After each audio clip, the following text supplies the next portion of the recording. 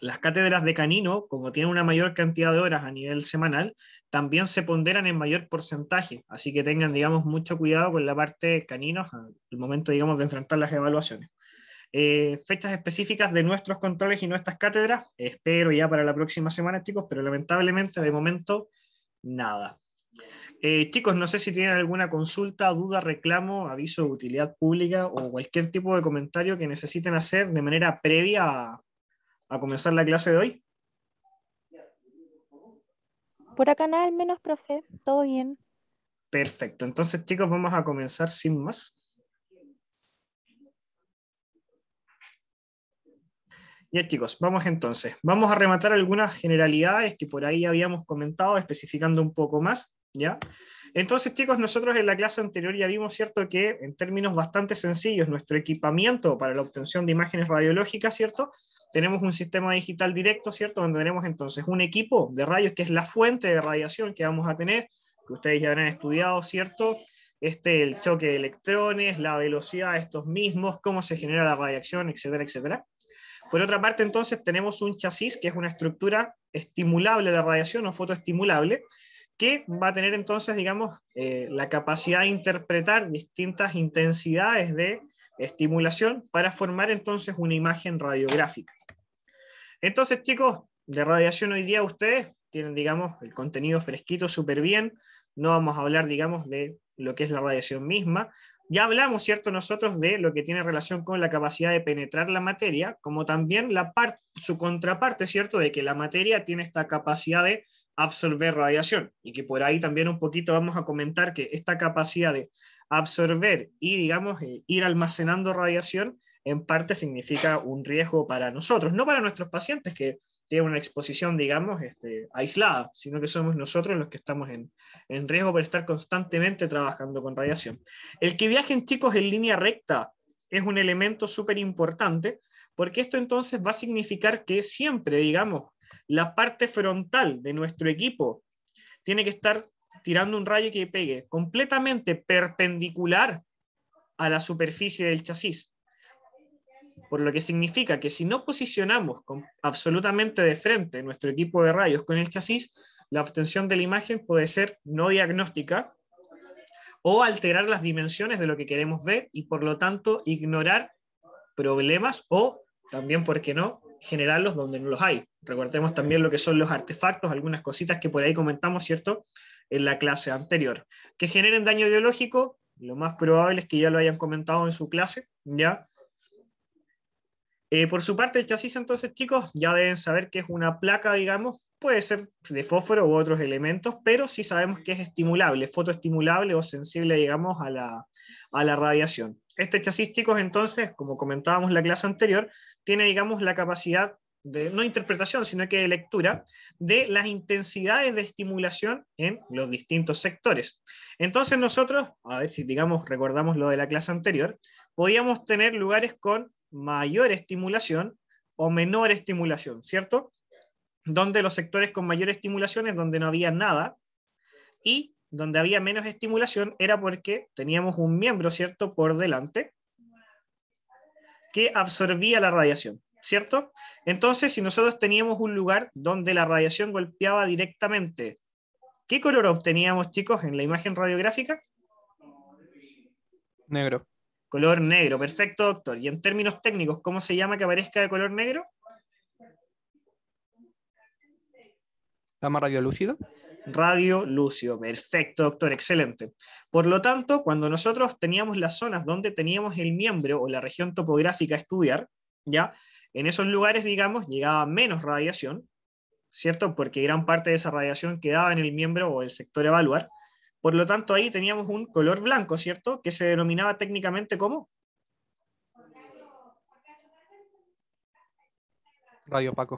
radio opaco. Excelente, doctor. Entonces, si se fijan, ya tenemos, o ustedes al menos hoy día están manejando la esencia de cómo se genera entonces una imagen radiográfica y al menos interpretar qué significa esta escala de colores que vamos a tener. Entonces, chicos, dependiendo de la cantidad de estimulación, será la escala de colores y contrastes que obtendremos. Ya, o sea, tenemos la parte básica de cómo, digamos, generar una imagen radiográfica. Ahora, chicos, entonces ya hablamos que el disparo del rayo hacia el chasis tiene que ser completamente perpendicular. Eso es, digamos, parte importante de obtener una buena imagen, o al menos una imagen diagnóstica, y por lo tanto siempre tenemos que tratar de centrar, por ejemplo, en el caso del nudo, centrar la articulación de interés lo más cerca del centro del chasis posible, y además siempre considerar, aquí hay un error de hecho, salvo que se esté evaluando casco, siempre tratar que el equipo de rayos esté a la misma altura de la articulación que queremos evaluar, porque también es la única manera que la radiación golpee perpendicularmente la zona de interés radiográfico. Porque por ahí, digamos, acá el tamaño del chasis nos permite sacar prácticamente una caballografía completa, ¿cierto? Sacar parte distal del carpo, caña, nudo y parte del casco. Pero igual, chicos, siempre tenemos que centrar la zona de interés, porque es ahí donde vamos a tener la mejor calidad y mejor definición de imagen. Ahora, chicos, por ahí, digamos, hablamos de el chasis, hablamos de la digitalización, ¿cierto? De la formación de esta imagen, qué significa cada color, apretar el botoncito, pero digamos que los equipos que nosotros utilizamos tenemos que calibrarlos, ¿ya? La verdad es que el chasis se puede calibrar, eso digamos generalmente ya espera un técnico y que se hace muy pocas veces, generalmente cuando recién compráis el equipo. Pero sí, chicos, nosotros tenemos que calibrar nuestro equipo de rayos, ¿ya?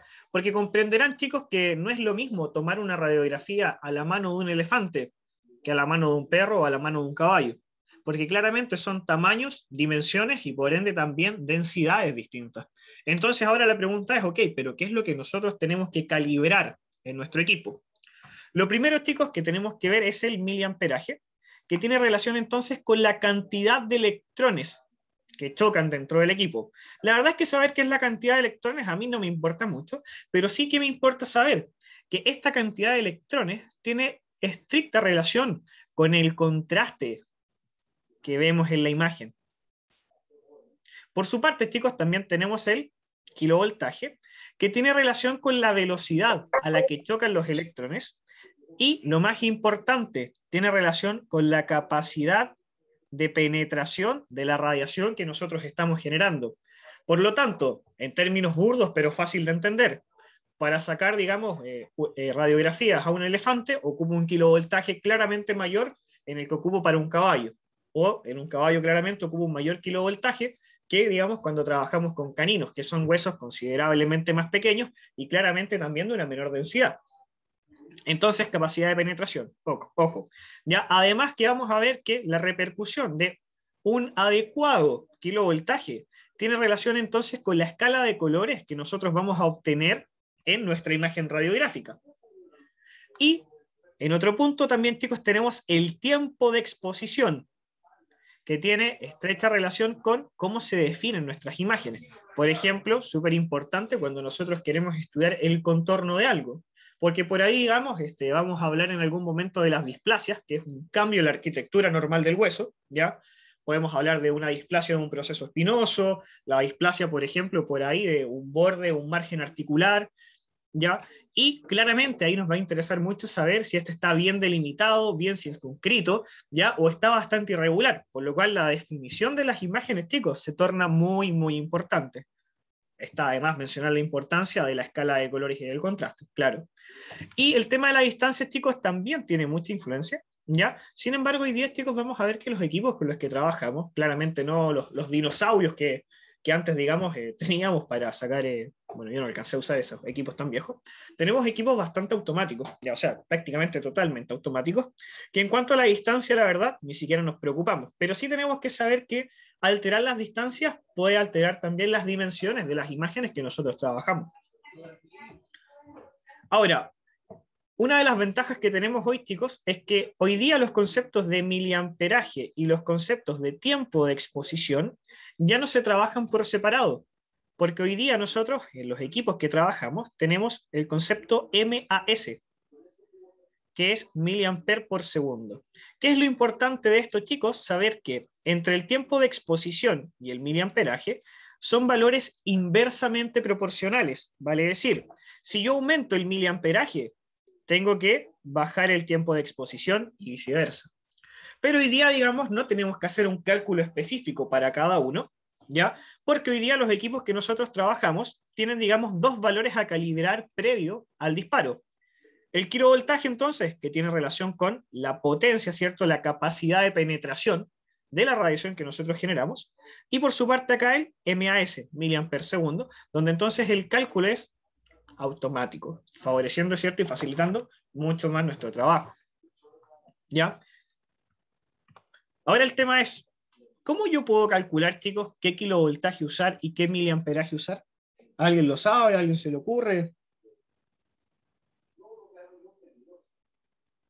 ¿O se imaginan cómo hacerlo? Mediante densidad de objetos previos. Ya, y por ejemplo, doctor, sáquele una radiografía al carpo del caballo que está un poco más allá. ¿Cómo calcula la densidad? Supongo que ya tienen algunos datos fijos, ya se han estudiado. Ya, sería lo mismo que yo pensaría. Está bien, doctor. Yo igual diría, deben haber como datos estandarizados. Pero, ¿y si tengo caballos de distintas edades y de distintos tamaños? Y caballos que no se ajustan a una raza. ¡Guau! Se desordena todo. ¿A alguien se le ocurre?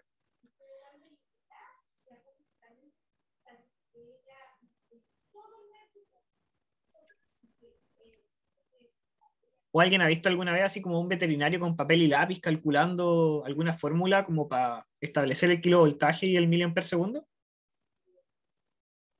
Que si lo hiciera, no estaría mal, ojo.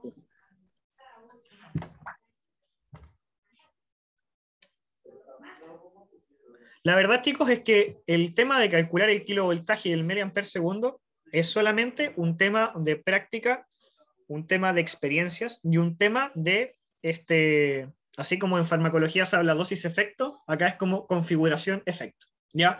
Porque al final, chicos, cuando nosotros miramos un paciente, hay muchos factores que pueden, digamos, hacer variar, tal como dice Catalina, es al ojo, así como dice el dicho, al ojo del cocinero. Porque chicos, acá nosotros llegamos y, por ejemplo yo, tengo estandarizado con mi equipo para articulación de nudo, trabajar con un kilovoltaje de 65 y 0,25. Sin embargo, puedo ver un paciente que tiene la misma edad, que tiene el mismo porte y es de la misma raza, y la calidad de la imagen no me gusta, no sé, digo, no está bien. Entonces, ¿qué es lo que hago yo? Vuelvo a esta diapositiva y digo, ok, o sea, si tengo problemas con la escala de colores, trabajo con el kilovoltaje. Si necesito más definición, cambio el tiempo de exposición. O quizás necesito más contraste. Entonces, chicos, generalmente se trabaja así. ¿Ya? Entonces, acá, sí, en la literatura vas a ver que si tú conoces la densidad de la estructura a evaluar, puedes bla, bla, bla, establecer patrones.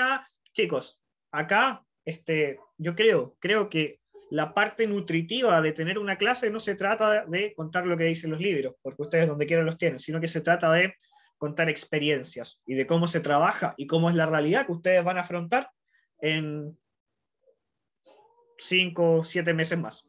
¿Vale? Entonces, chicos, acá es un tema de configuración-resultado, configuración-resultado.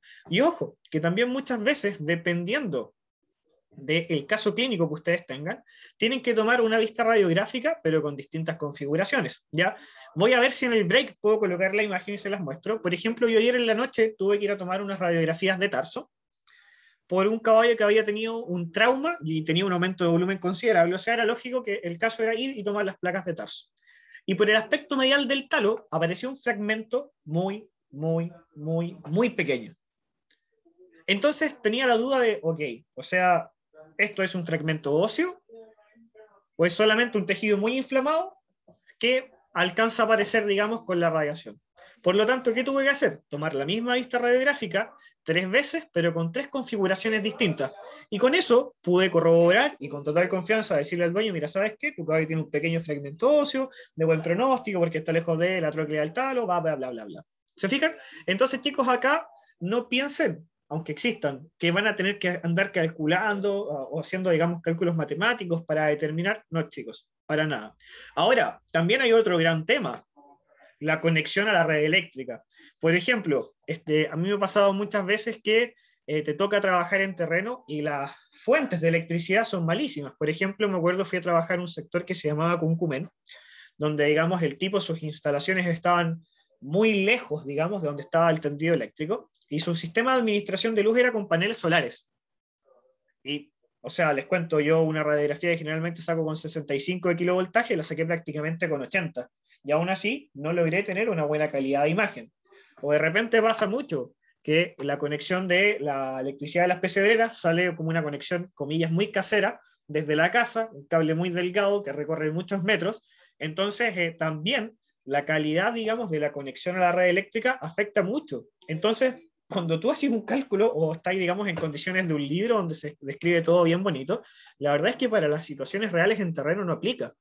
O, por ejemplo, ¿qué pasa con los equipos de rayos que son inalámbricos y tienen baterías propias? Caes al típico problema cuando te queda poca batería. ¿Viste? Entonces también, digamos, hay que considerar muchos factores, chicos, que pueden incidir. Ustedes no pueden pretender que todas las imágenes salen perfectas al tiro, porque también, ojo, depende de lo que queremos estudiar.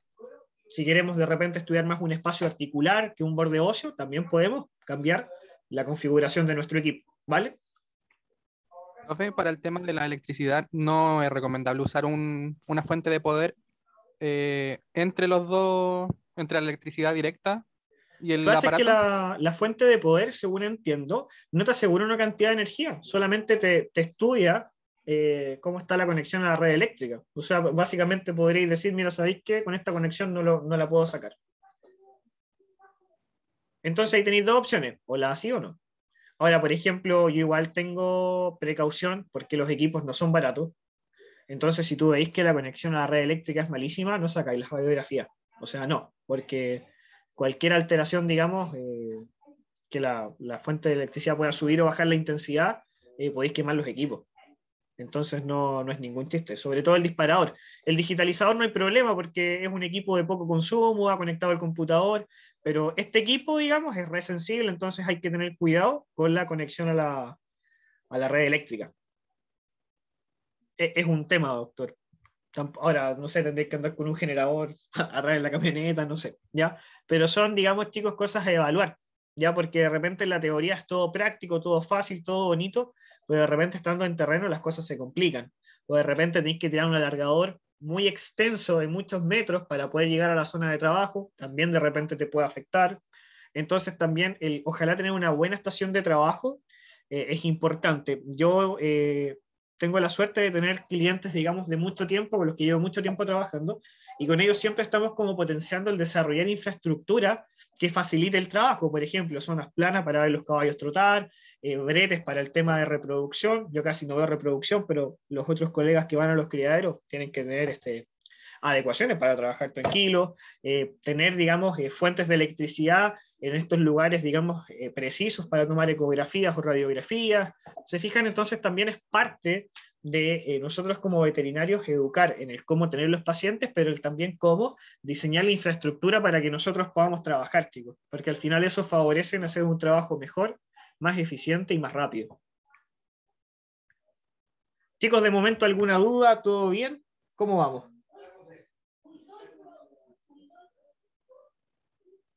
Todo bien. Perfecto. Ya, ¿mucho sueño? Como día viernes, me imagino. ¿Qué más se puede esperar? Bueno, chicos, en lo que es el daño por radiación, la verdad es que sabido está, digamos, que la exposición, digamos, esporádica no genera daño. Sin embargo, el daño entonces de la radiación depende de la dosis de radiación que nosotros podamos recibir en un tiempo determinado, ya que esta, digamos, se va acumulando. Este es el tema, cuando nosotros acumulamos radiación. Ahora, ¿cuáles son, digamos, los principales factores predisponentes ya o que aumentan la sensibilidad a la radiación?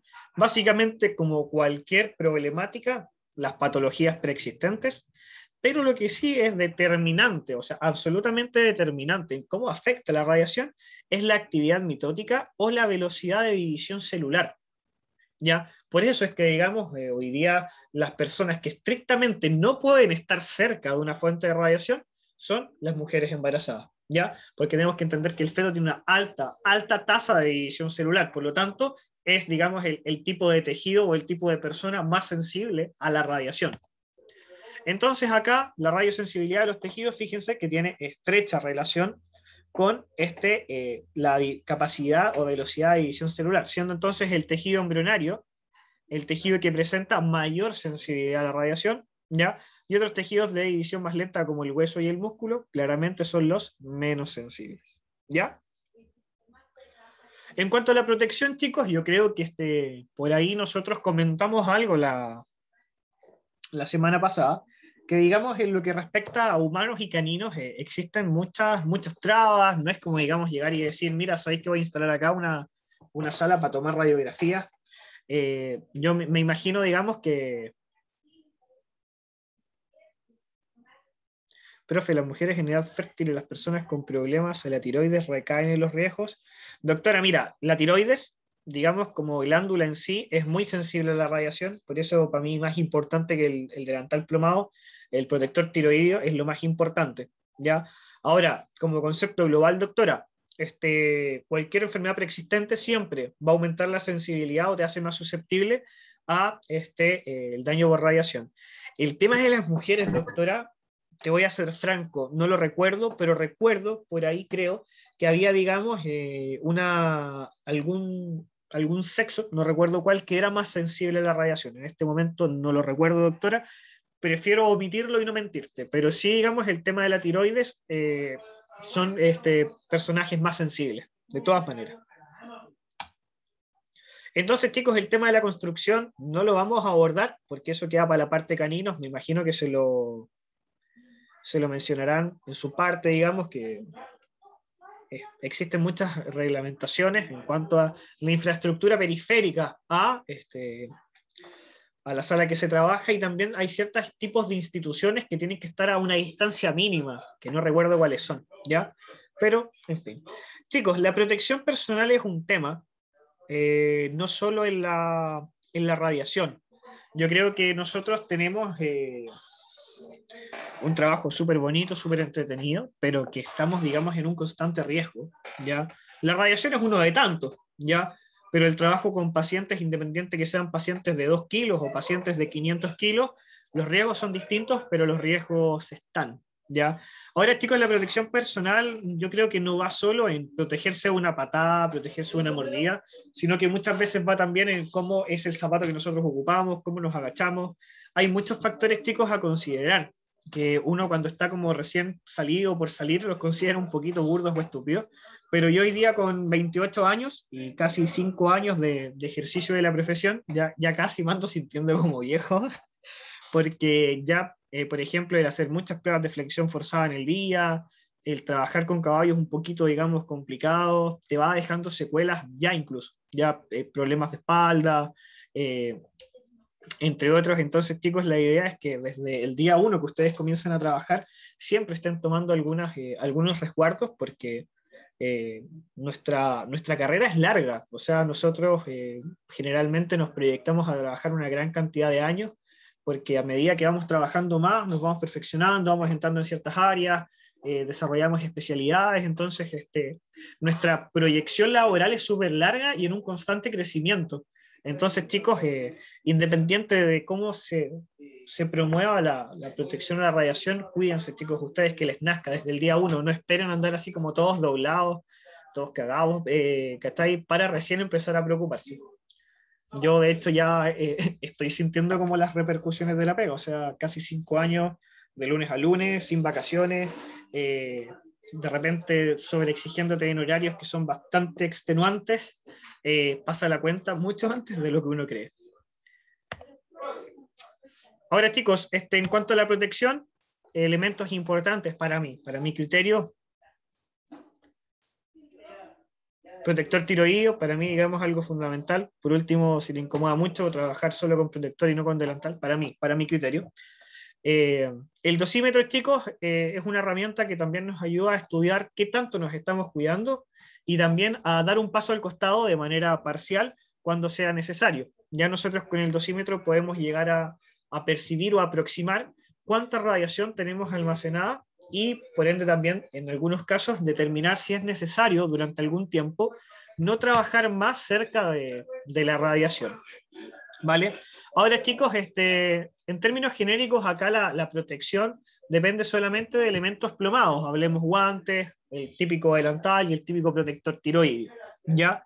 Entonces, chicos, acá lo que es más importante es un poco el tema de la conciencia que ustedes tengan, digamos, al momento de trabajar. Claro está que si su exposición es esporádica no hay problema, pero desde el día que tienen sus propios equipos o que trabajan en instituciones que tienen estos equipos, chicos, se tienen que cuidar.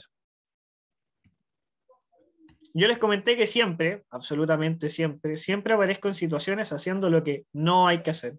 Si se fijan, justo detrás de un caballo, sosteniendo una pata, directamente frente a la radiación. Siempre estoy en situaciones que estoy en lo que no hay que hacer, ¿vale? Así que por favor, chicos, no sigan ese ejemplo. Chicos, de momento, ¿alguna duda, algún tipo de inquietud o consulta?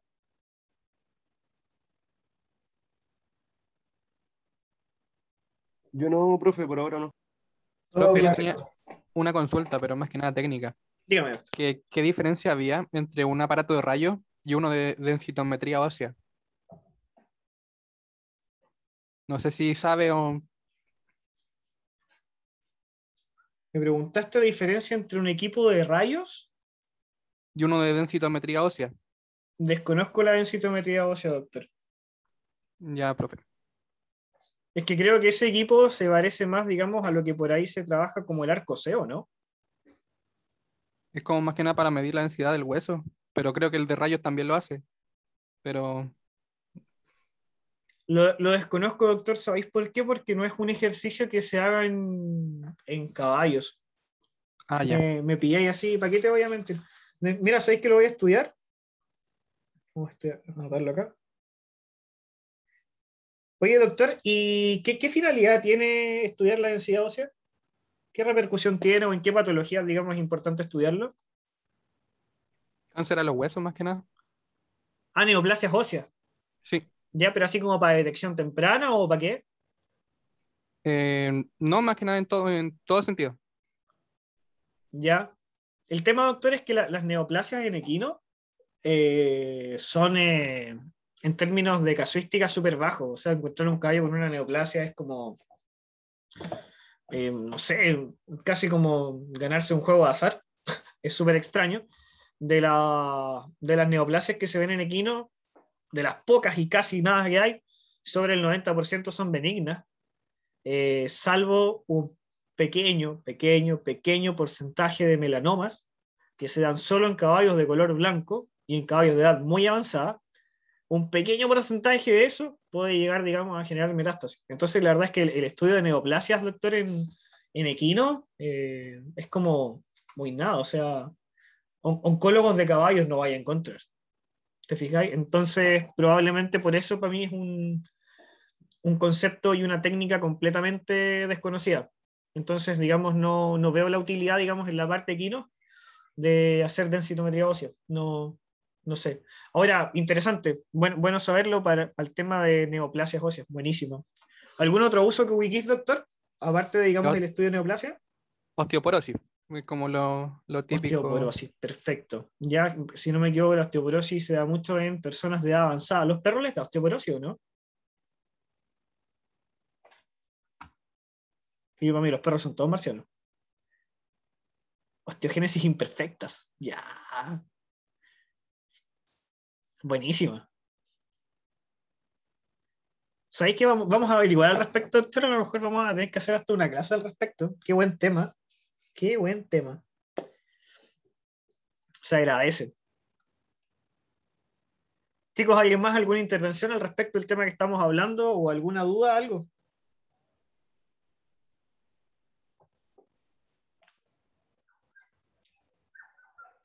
No, profe, ninguna. Ya, seguimos entonces. Chicos, ahora vamos a abordar un tema bastante genérico que prefería abordarlo antes de avanzar en algunas estructuras óseas, porque considero que es bastante simple, es un tema que vamos a abordar en todos los sectores topográficos que estudiamos. O sea, es como de las problemáticas que sea donde sea que abordemos una zona, podemos encontrarla. Hay algunas patologías que son súper predilectas, que las manifestaciones cambian, tanto clínica como radiográficamente, cambia la terapéutica, pero al final, chicos, como que las fracturas son una, ¿ya? Entonces vamos a hablar un poquito al respecto. Entonces, chicos, lo primero es que tenemos que entender, digamos, esquemáticamente un hueso. Entonces tenemos que saber que nosotros tenemos huesos largos y huesos cortos, ¿vale? En el contexto de los huesos largos, nosotros sabemos entonces que tenemos dos epífisis, tanto una proximal como distal, ¿ya? Y tenemos en el centro una diáfisis. Ahora, es interesante saber los componentes que vamos a encontrar, porque en las epífisis nosotros vamos a encontrar en el centro, digamos, un hueso esponjoso de carácter trabeculado, y en su periferia vamos a encontrar hueso compacto. Hueso compacto que, ojo, va a estar en la epífisis, pero también en la diáfisis, ya porque es hueso compacto. Sin embargo, chicos, lo que es importante destacar en los huesos largos, específicamente en la diáfisis, es que nosotros vamos a tener una cavidad medular que en su interior tiene médula ósea. Ahora, chicos, ¿tendrá alguna repercusión a nivel radiográfico que un hueso largo presente una cavidad medular? ¿O dará lo mismo?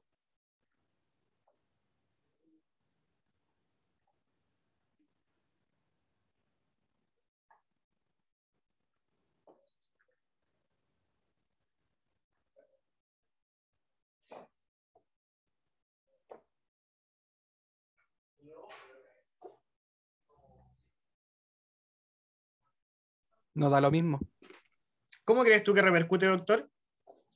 por el tema de vectores. Se divide la fuerza del impacto. Ya, ¿Cómo? ¿y cómo repercutiría eso en la imagen? ¿Cómo se vería? No entendí la pregunta, profe. Mira, te decía que nosotros cuando vemos un hueso largo tenemos las epífisis en el interior con hueso compacto, pero que en el centro de la diáfisis tenemos una cavidad medular, una cavidad. ¿Esto repercute radiográficamente? O sea, ¿se ve distinto la radiografía, la diáfisis que la epífisis? ¿Se verá más radiopaco? ¿Más radiopaco qué cosa? ¿La epífisis o la diáfisis? La diáfisis. ¿Segura? ¿Radiopaco o radiolúcido, doctora? Radiolúcido. Radiolúcido, pues doctora, muy bien. Por la sencilla razón que en las epífisis, digamos, al tener un trabeculado de hueso esponjoso, en el centro presentan más densidad que la zona que presenta cavidad medular.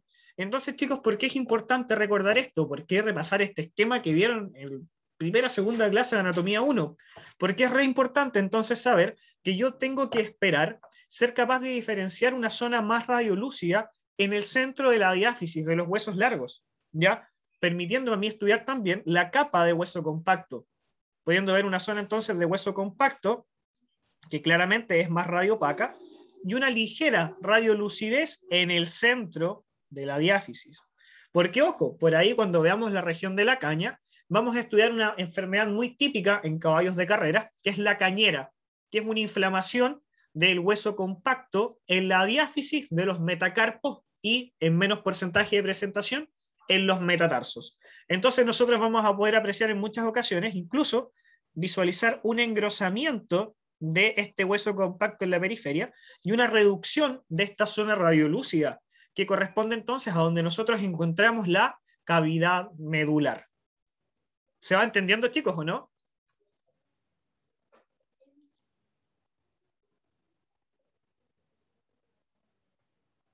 Entonces, chicos, respecto a los huesos cortos, nosotros claramente, por ser huesos cortos, no tenemos cavidad medular, por lo tanto, no esperaríamos con normalidad encontrar una zona radiolúcida en el centro. Ya recordemos que los huesos cortos en su totalidad tienen este trabeculado que nosotros encontrábamos en las epífisis, ¿ya?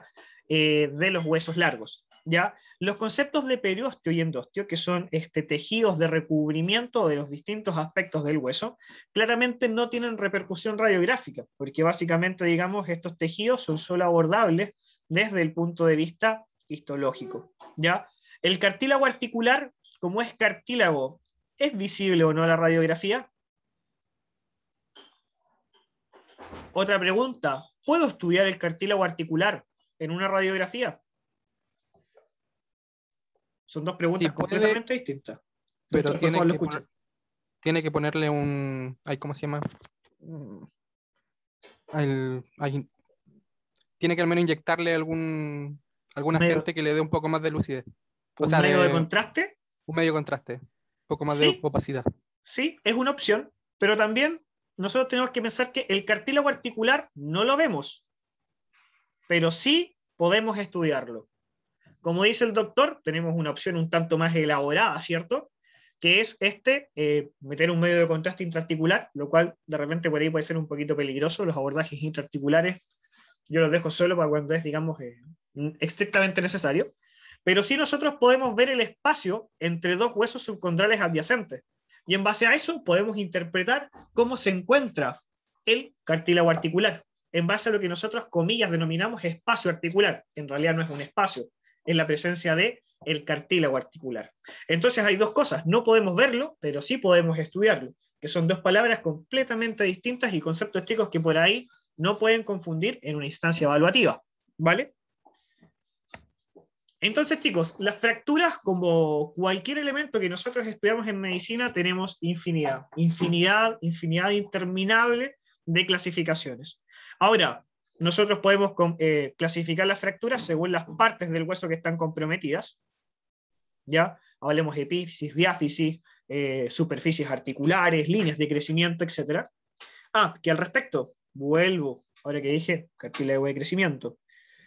Nosotros, chicos, sabemos que entre las epífisis y las diáfisis tenemos lo que se denomina una línea fisiaria, que es una línea prácticamente imperceptible. Algunas veces se logra ver en cadáveres o en huesos conservados. Sin embargo, chicos, nosotros sabemos que en pacientes jóvenes esta línea fisiaria no es una línea fisiaria, sino que es un cartílago de crecimiento. Cartílago de crecimiento que en términos funcionales sabemos que es un cartílago que va proliferando y que a medida que va proliferando también va lentamente calcificándose, acumulando cristales de hidroxiapatita. Pregunta del millón, chicos. Si estoy estudiando un paciente que está en crecimiento, ¿qué repercusión radiográfica tiene o no tiene ninguna? ¿O qué esperarían ver?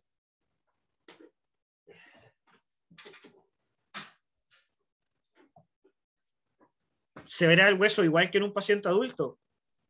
¿O tendremos algún hallazgo en particular? El hueso partido en tres. El hueso partido en tres. Ya, pero ya sí, partido en tres es una manera fácil de decirlo, pero ¿qué vería ahí específicamente, doctor, donde está el cartílago de crecimiento? ¿Una zona radiolúcida o una zona radiopaca? Radiolúcida. Una zona radiolúcida. Bien, doctor, porque claramente entonces el cartílago, por concepto general, tiene una densidad considerablemente menor a la del hueso. Entonces nosotros, donde está la línea fisiaria o entre la epífisis y la diáfisis, en aquellos caballos que presenten menos de 5 años, a los 5 años es cuando se deberían cerrar los cartílagos de crecimiento, ¿ya? Nosotros vamos a encontrar entonces una zona radiolúcida, que claramente no podemos considerar como patológica si sabemos la edad que tiene el paciente. Entonces, chicos, volviendo a las fracturas, también nosotros podemos clasificar las fracturas según cómo se presenta la línea de fractura. Que esta línea de fractura puede tener una forma o distribución ya clasificable de distintas maneras o distintas maneras de describirla. Presencia o no de fragmentos libres. Ya de repente tenemos líneas de fracturas trazadas muy claras, o de repente tenemos una infinidad de fragmentos libres, que por ahí es lo que se denominan algunos como fracturas conminutas.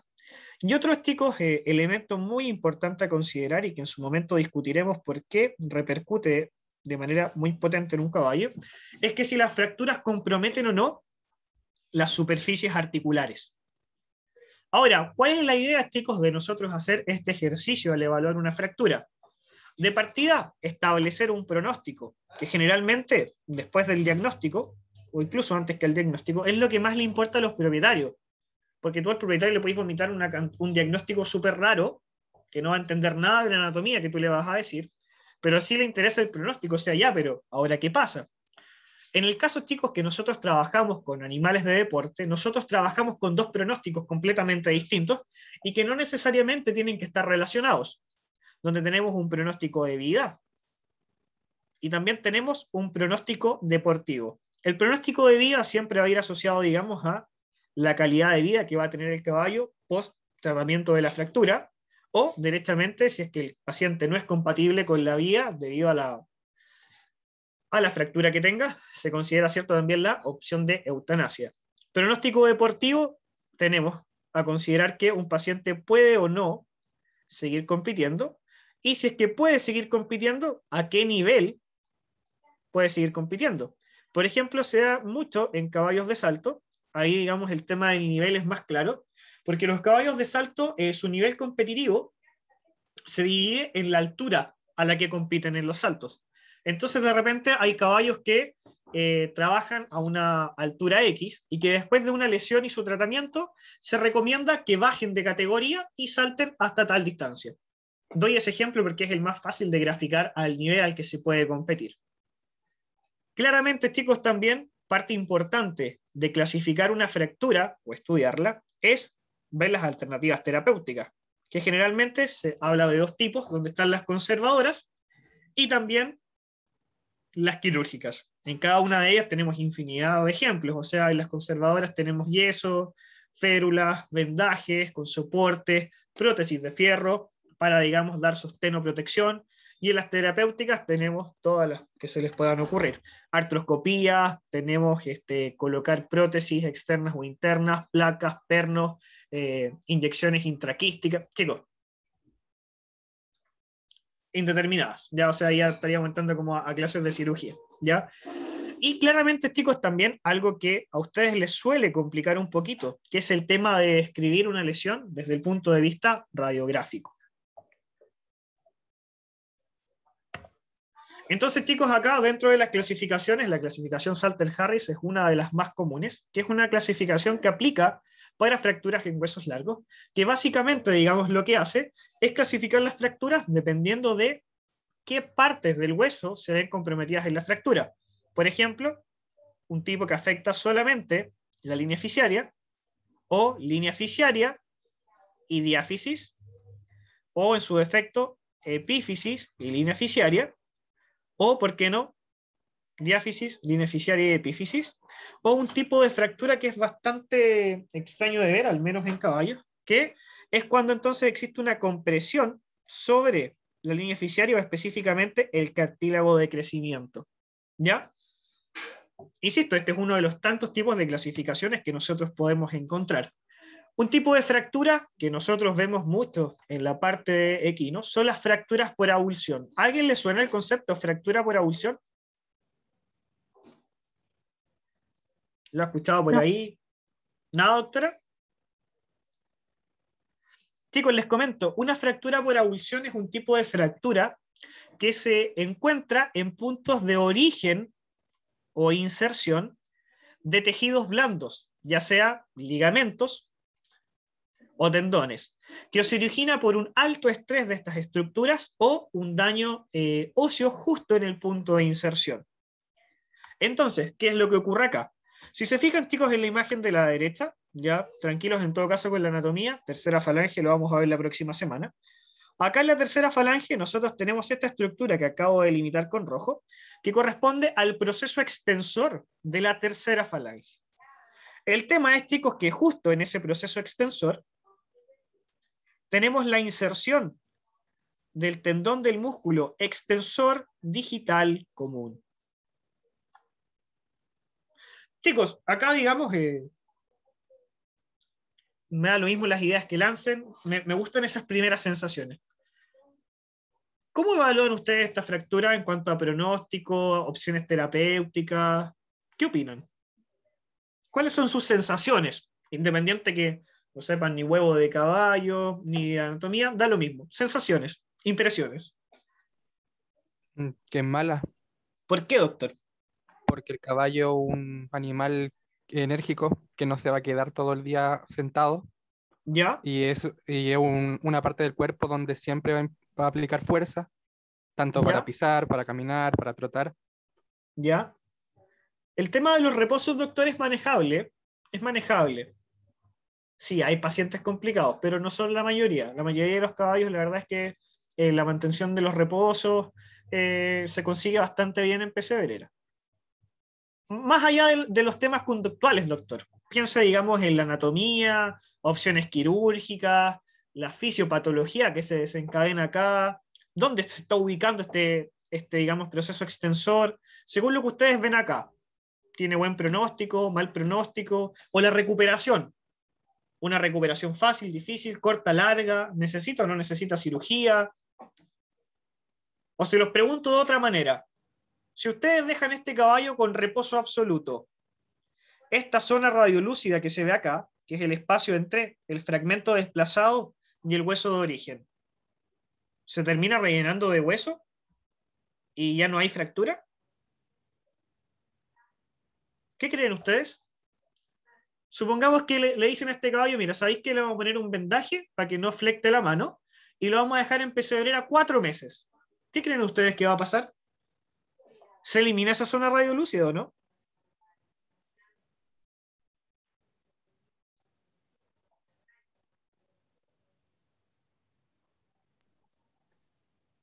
Según yo, profe, si se mantiene como tieso en el fondo, ¿Sí?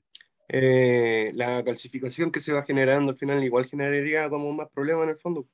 Al menos así lo veo yo. Y aparte en la zona que está, igual el caballo siempre genera presión y todo. Ya, pero suponte que el La caballo no calcificación, genera presión. En 4 meses esa zona radiolúcida desaparece, ¿sí o no? No. El doctor dice que no. ¿Por qué?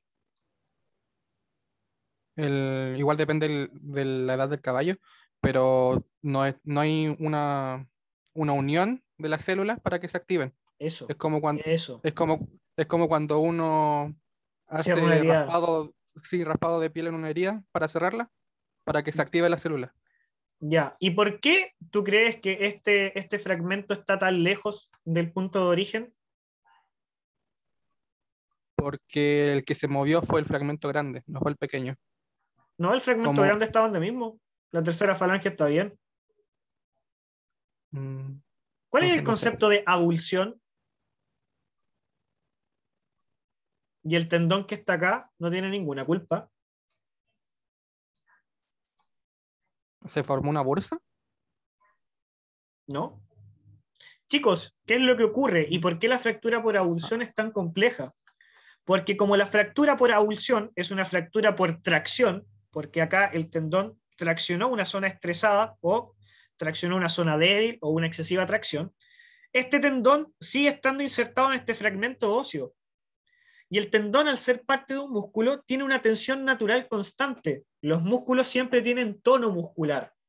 Por lo tanto, 24/7, este tendón está traccionando el fragmento óseo hacia proximal, pues chicos. Por lo tanto, este espacio, esta zona radiolúcida que está en la línea de fractura, siempre va a existir. Y si existe distancia, chicos, en una línea de fractura, eso no se va a resolver nunca. Chicos, nunca. Ahora, les muestro un caso un poquito más grande para que entiendan lo mismo. Caña de miembro pélvico, vista dorso plantar. La fractura es evidente, ¿cierto? O sea, no hay como que mostrarla. ¿Están de acuerdo? sí, profe, se nota. Entonces, chicos, acá tenemos una línea de fractura de disposición oblicua, que claramente yo en el informe no la describí como línea de fractura, porque yo describo lo que veo. Y lo que se ve acá es una pérdida de la continuidad del hueso, donde nosotros observamos, fíjense, bordes irregulares, muy irregulares, muy irregulares, donde además, digamos, en la zona de la pérdida de la continuidad del hueso, que es esta zona de acá, podemos encontrar entonces una radiopacidad heterogénea, porque tiene una zona más radiolúcida, más radiopaca, es una ensalada más o menos. Hablamos de una radiopacidad heterogénea, ¿correcto? Lo cual, digamos, lo anteriormente descrito, me hace ver que esta patología ya llevaba algún tiempo. Este fue un caso que yo fui a ver de interconsulta al sector de Pirque. Miren la fecha, 9 de febrero. Febrero, día 9. Mi indicación fue eutanasia, ya que no habían, digamos, presupuestos para una cirugía. La llevo cuando yo la fui a ver la tenían con un vendaje, unos tubos, afirmando. Pero ¿cuál era el tema? Miren la distancia que hay entre ambos huesos comprometidos en la fractura, que en realidad es uno. ¿Qué ocurrió? Yo la llevo a la AEG, yo fui solo de interconsulta, no era un cliente mío, y me vuelven a llamar el día 3 de agosto. Y miren la evolución de la fractura. Tenemos fenómenos de remodelación ósea, tenemos los mismos fragmentos óseos libres, que no se describen como fragmentos óseos, sino que son estructuras de radiopacidad similar al hueso, que se ubicaban de manera lateral, ¿cierto?, a la zona donde se ubica la pérdida de la continuidad del hueso, que son hallazgos claramente, ¿cierto?, compatibles con una fractura conminuta. ¿Cómo consideran la evolución de este paciente en... ¿Cuántos meses fue? ¿En 6 meses? Malas, porque los osteoclastos no dieron abasto para cerrar el hueso completamente ya en 6 meses. Cosa Nefasta que la evolución, pues nefasta. ¿Y por qué, doctor, no dieron abasto? Por esto, por la distancia que tenemos entre ambos extremos del hueso.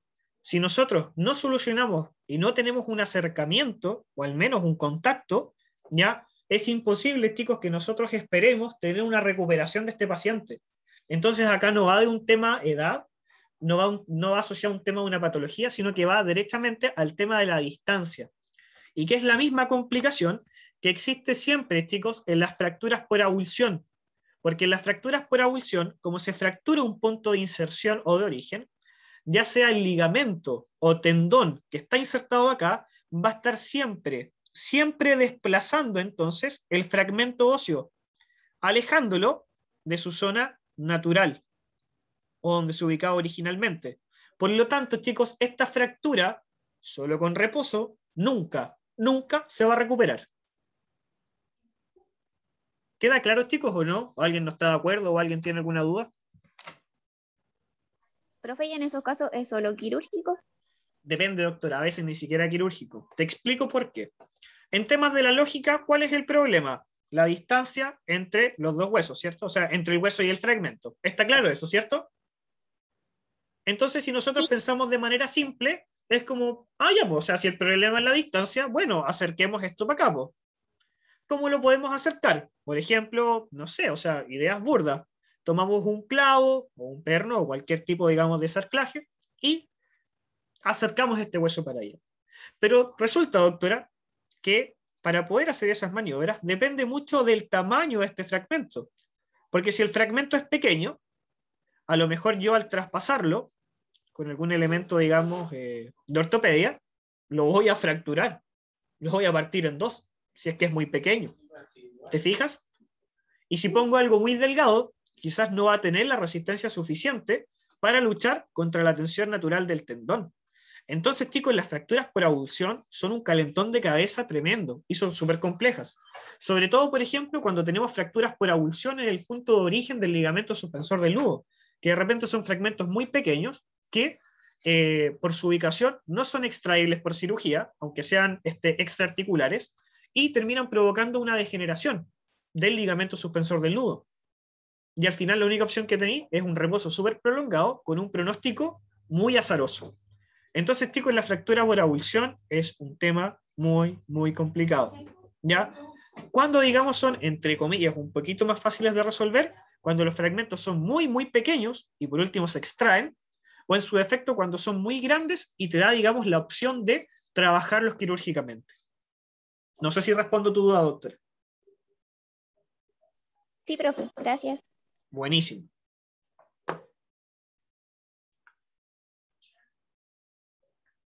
Chicos, ¿cómo están de ánimo? ¿Quieren break o quieren terminar la clase de una?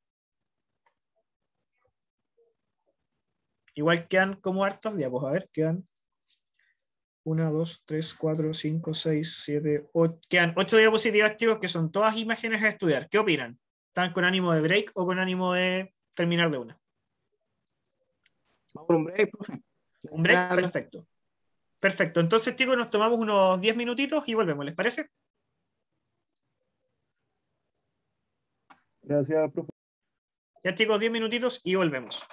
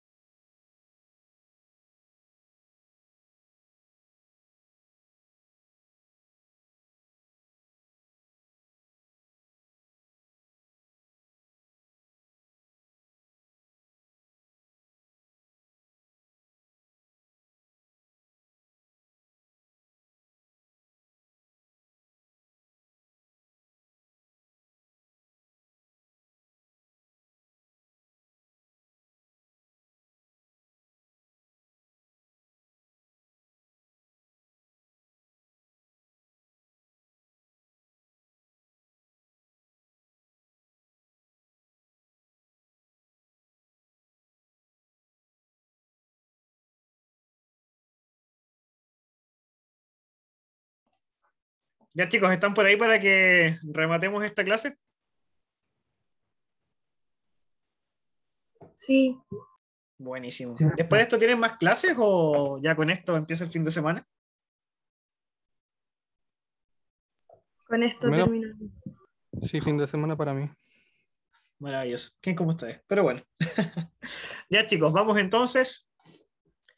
Sigamos entonces hablando de algunas cosillas un tanto básicas de fractura, pero que nos van a servir, digamos, para el resto del semestre. Entonces, chicos, discutimos mucho. Vimos que podemos tener entonces algunas líneas de fractura, digamos, bien definidas, bien circunscritas, en línea recta, pero también podemos encontrar, digamos, líneas de fracturas entonces bastante irregulares. Entonces, si vamos viendo lo que nosotros comentábamos, eh, en cuanto a la clasificación y al estudio de las fracturas o cómo las abordamos en cuanto a cómo llegar a describirlas. Si se fijan entonces, nosotros acá podemos encontrar algunos fragmentos óseos que nosotros los vamos a describir entonces como estructuras de radiolucidez igual o similar a la del hueso, ¿ya? Y también podemos describir su ubicación, considerando si es que fuesen cierto de disposición medial o lateral. También hablamos entonces que nosotros no hablamos de fractura en una descripción, sino que hablamos de una pérdida de la continuidad del hueso, ¿ya? Que se puede destacar entonces por presentar bordes bien delimitados o, como es en este caso, completamente irregulares. Podemos describir entonces también la radiopacidad que se presenta en esta disrupción o pérdida de la continuidad del hueso. Y fíjense chicos acá, aprovechando, nada que ver, pero una de las cosas que comentamos, fíjense que acá tenemos una zona ligeramente más radiolúcida y en ambos extremos tenemos un segmento de mayor radiopacidad. No sé si logran verlo. ¿A qué se puede deber esa diferencia? Según lo que hemos comentado hoy. ¿Médula ósea, profe? Médula ósea, o sea, cavidad medular, o sea, esto es normal en un hueso largo. Excelente, doctor. Bien, súper. Ahora, chicos, una de las cosas que nosotros por ahí tenemos que tener siempre en cuenta, creo que ya se los recalqué la clase anterior, se los voy a recalcar hoy, se los voy a recalcar todo el semestre, ¿ya?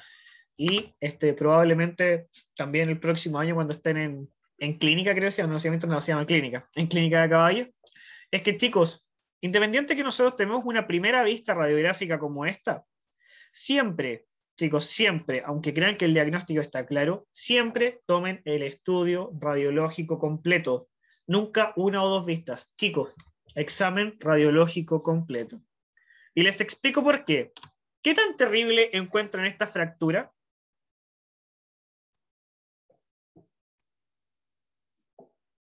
Si se fijan, tenemos un pequeño fragmentito acá. Tenemos una línea muy sutil de fractura acá.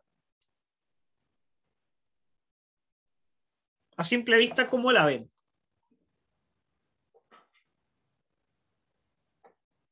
Muy terrible. ¿Qué opinan de esta fractura? Al verla solo en esta vista. ¿Qué sensación les da? ¿Una fractura compleja o fácil de manejar? Bueno, igual el caballo va a estar con harto dolor, pues, profe. Sí, pero mira, doctor, el tema del comportamiento y el dolor son cosas manejables. Acá, digamos, los pacientes son pacientes acostumbrados al manejo, generalmente hay un buen presupuesto atrás. Entonces, acá lo fácil o difícil tiene relación más que nada con las cosas que se pueden o no se pueden hacer. Porque, por ejemplo, se puede o no se puede hacer una cirugía, es necesario en una cirugía, bastará, digamos, solamente con una férula y un taco para hacer presión en este fragmento.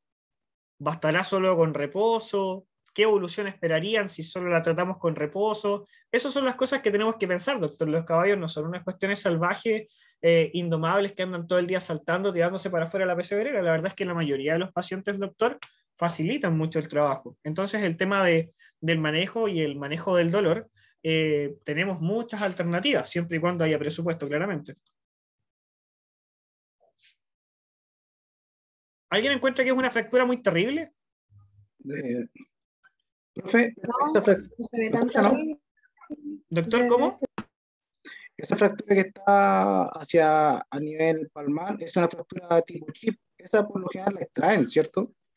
Lo que pasa, a ver, el concepto chip yo la verdad no lo entiendo, porque no sé qué es un... o sea, sé a lo que te refieres, doctor, pero para mí el concepto chip no es un concepto muy adecuado, porque al final un chip también podría ser una cuestión de este porte, po.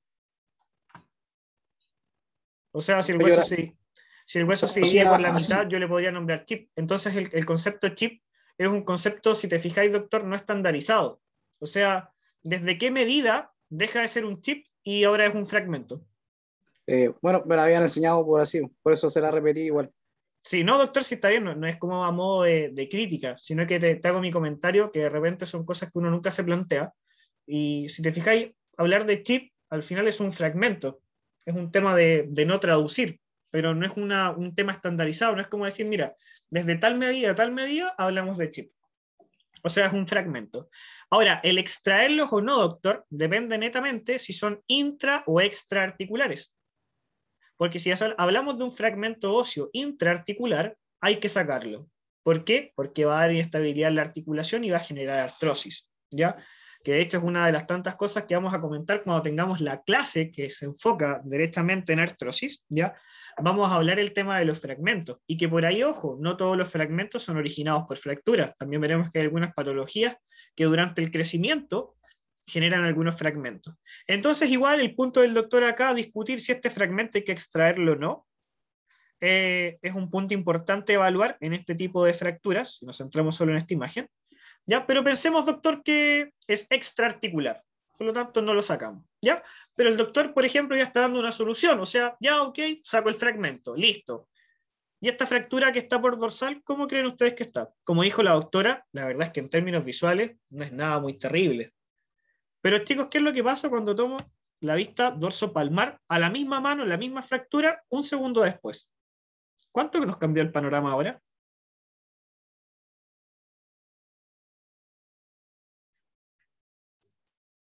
¿Qué opinan ahora? Es terrible. Está horrible.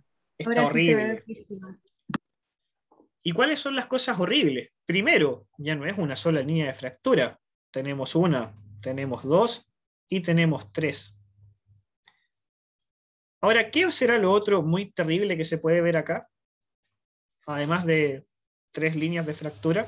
Doctores, les comento, para doctores y doctoras, desde ya, ustedes en el panel de Zoom tienen un lapicito que si lo aprietan, ustedes pueden rayar la presentación y facilita mucho de repente la participación de ustedes y el poder indicar algunas cosas que les llamen la atención, o para preguntar por algo en específico, o para responder alguna pregunta. Así que los invito a que desde ya empiecen a probar, dibujar, indicar, y poder así tener una participación un tanto más activa.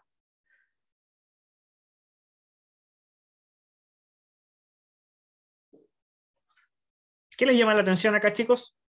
Independiente de los conocimientos anatómicos, de lo que se logra ver. ¿Qué les llama la atención? Es una fractura tipo 3, profe, ¿no? ¿A qué se refiere con tipo 3? Cuando mostré la fractura anterior que está enumerada, ¿Ya? o estoy equivocado. ¿Usted se refiere a la clasificación Salter-Harris? Sí. Claro, ¿por qué? Ya. Exactamente por qué, porque tenemos una fractura de superficie articular, o sea, de epífisis, y compromete, al final en realidad sería una tipo 4, doctor, porque si te fijáis, compromete todo. Epífisis, diáfisis y línea fisiaria. Sería una tipo 4 en realidad más que una tipo 3. Porque si te fijáis, compromete todo. Ahora, lo que sí es un punto muy importante, lo que tú acabas de decir, que compromete todo. Porque si te fijas acá, hay un factor, chicos, muy importante, que es una de las cosas que nosotros conversamos cuando hablamos de la clasificación de las fracturas, y que es ver si la fractura compromete o no una superficie articular. ¿Qué es lo que pasa, chicos? Si una fractura compromete una superficie articular, el pronóstico deportivo inmediatamente se cae. Muy malo. Y les cuento por qué. Si se fijan en esta fractura, otra de las cosas que yo habría esperado escuchar, es que este fragmento se desplazó. Si se fijan acá, la zona radiolúcida del centro es súper ancha. ¿Y por qué? Veo además un desplazamiento. Si se fijan, en la parte proximal de la segunda falange, chicos, no se asusten con la anatomía, vamos a tener una clase para cada uno de estos sectores, vamos a repasar anatomía y todo. Fíjense que hay una zona de superficie articular que perdió contacto con el hueso adyacente. ¿Se habían fijado en eso, no? Sí, yo me había dado cuenta de eso. Si se fijan acá, este otro costado hay un contacto perfecto, y a este lado se perdió el contacto. O sea, este fragmento se desvió, se desplazó. Por lo tanto, ahí tenemos otro elemento que nos dice y nos hace enfocar la terapéutica. Por lo tanto, chicos, en este caso, y por lo que hemos hablado en la clase de hoy, ¿qué complicación tiene esta fractura para su recuperación?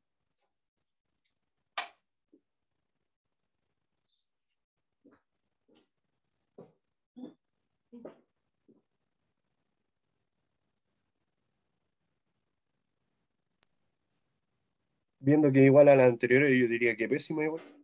¿Ya? Pero ¿cuál es la complicación que tiene esta fractura para su reparación? O sea, tu cirugía o tu terapéutica, ¿qué buscaría corregir acá?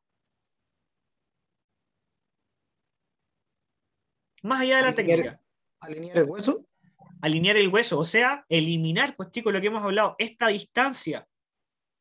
Independiente si nosotros traspasamos un perno acá, digamos, que comprima este fragmento y lo devuelva, o, ¿por qué no?, una férula con algún objeto que genere una compresión y desvíe entonces este hueso hacia acá y poder entonces eliminar este espacio que se genera en la línea de fractura. ¿Se entiende, chicos, o no? Sí, profe. Buenísimo. Entonces, si se fijan, es lo mismo que vimos en los casos anteriores. En el caso de esta fractura, ¿cuál era la indicación? Cirugía, porque era la única manera de volver a acercar los dos extremos óseos a partir de una línea de fractura. Ya el mismo problema que teníamos en la fractura por abulsión, que por la constante tracción del fragmento por parte del tendón de origen o ligamento, en sus respectivos casos, siempre íbamos a estar entonces con un espacio que iba a impedir entonces la formación de un callo óseo dentro de esta línea de fractura. Entonces acá es un poco lo mismo. ¿Se fijan? Ahora, otro tema, chicos, que nosotros tenemos que ver, que se los comenté recién, nadie me preguntó por qué, es por qué cuando una fractura compromete superficie articular, el pronóstico deportivo inmediatamente es malo. ¿A alguien se le ocurre por qué?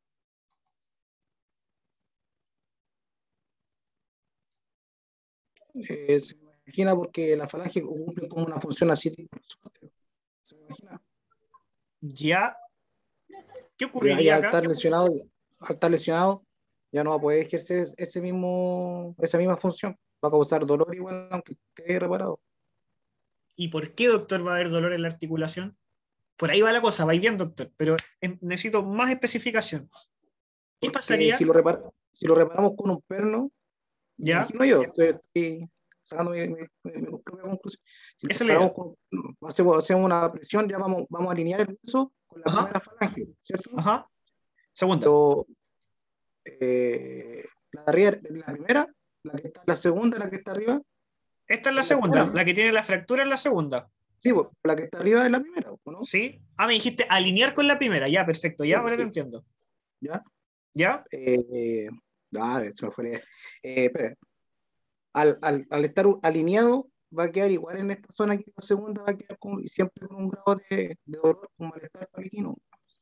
¿Ya? Pero supongamos que en este sector, en el hueso propiamente tal, reparas con un 100% de efectividad. ¿Ya? Y logras, digamos, desplazar este segmento hacia acá, y esta pérdida de la congruencia articular que se ve acá, la logras eliminar, teniendo un contacto perfecto. ¿Qué secuela queda si se dañó la superficie articular? ¿Las callosidades van a provocar dolor por la solidificación del hueso o no? Doctores, artrosis. Esa es la respuesta. Artrosis. Si nosotros tenemos una fractura que compromete superficie articular, la artrosis es inminente. Y Les explico por qué. Si nosotros tenemos una fractura, tenemos claramente un proceso inflamatorio, ¿ya? Y de hecho dependemos de los procesos inflamatorios para acelerar también los procesos de reparación en una fractura, sea cual sea. Si nosotros tenemos un proceso inflamatorio dentro de una articulación, sea cual sea, en primera instancia lo que nosotros tenemos es una artritis, que por definición artritis es la inflamación de uno o más componentes de una articulación. Ahora, ¿qué es lo que va a ocurrir? Si esta artritis se prolonga en el tiempo, sin, digamos, ser eliminada en un plazo, digamos, relativamente discreto, ¿ya? O no somos capaces de eliminar los factores de la inflamación dentro de una articulación, resulta que los componentes celulares de las distintas estructuras que componen una articulación llegan a lo que en la patología, digamos, en el estudio celular, se conoce como el punto de no retorno. Y ahí entonces nosotros llegamos a lo que conocemos como artrosis. ¿Y qué significa la artrosis? Que las células llegaron al punto de no retorno. Significa que se inician todos los procesos degenerativos. Por lo tanto, la artritis, por definición, es una problemática 100% reversible. La artrosis es irreversible. Por lo tanto, si yo doy un tiempo para que esta fractura se recupere, voy a tener mediadores de la inflamación durante un tiempo muy alto dentro de la articulación. Por lo tanto, esta articulación, como bien partió hablando el doctor por ahí, siempre va a dar problemas, siempre va a dar dolor. ¿Pero por qué? Por el desarrollo de una artrosis. Que la artrosis es un problema degenerativo que siempre va a tener tendencia a empeorar. Yo en la parte terapéutica de la artrosis puedo disminuir el dolor, que los procesos degenerativos vayan más lentos, pero no los puedo eliminar. Entonces, ¿cuál va a ser el problema de esta yegua? Que yo voy a hacer la cirugía, voy a eliminar las líneas de fractura, todo bien, saco la radiografía, no hay fractura. Probablemente escasamente vea un callo óseo. Pero sí es lo que voy a ver, una artrosis de la articulación interfalángica proximal, conocido popularmente por ahí como un ring bone alto, que de pronóstico deportivo es súper problemático, tratamiento muy costoso en términos financieros y con una vida deportiva bastante corta. Entonces, por eso, chicos, es lo que yo les mencionaba. Si yo veo que una fractura compromete una superficie articular, de manera automática, ustedes dicen que el pronóstico deportivo es malo. Independiente del caballo, independiente de la edad, de la disciplina y los recursos. Pronóstico deportivo, malo. Sí, hay casos excepcionales, chicos, donde hay cirugías muy a tiempo, cuidados muy especiales, pacientes muy particulares, donde a pesar de todo esto, digamos, los pacientes andan bien, pero son los menos. Entonces, chicos, una de las cosas que nosotros hablamos en la clasificación era esto, ver si tenemos entonces o no compromiso de la superficie articular. ¿Se entiende o no, chicos? Coméntenme, por favor.